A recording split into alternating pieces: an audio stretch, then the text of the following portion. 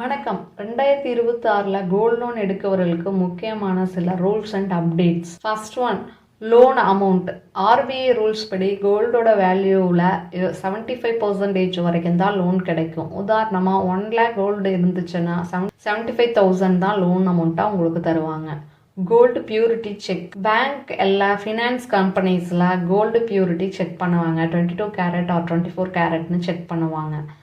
Fake அல்லது ரோ purity இருந்ததுன்னா லோன் அமௌண்ட் குறைவாக தான் கிடைக்கும். இன்ட்ரெஸ்ட் ரேட் 7 to 18% வரைக்கும் இருக்கும். பேங்க்ஸ், எஸ்பிஐ, சம் கவர்மெண்ட் பேங்க்லாம் குறைவான இன்ட்ரெஸ்ட் இருக்கும். ஃபினான்ஸ் கம்பெனிஸில் கொஞ்சம் அதிகமாக இன்ட்ரெஸ்ட் இருக்கும். ரீபேமெண்ட் ரூல்ஸ் பொதுவாக 6 to 12 months பேமெண்ட் பண்ணுற மாதிரி இருக்கும். சில இடங்களில் இஎம்ஐ ஆப்ஷனும் இருக்கும்.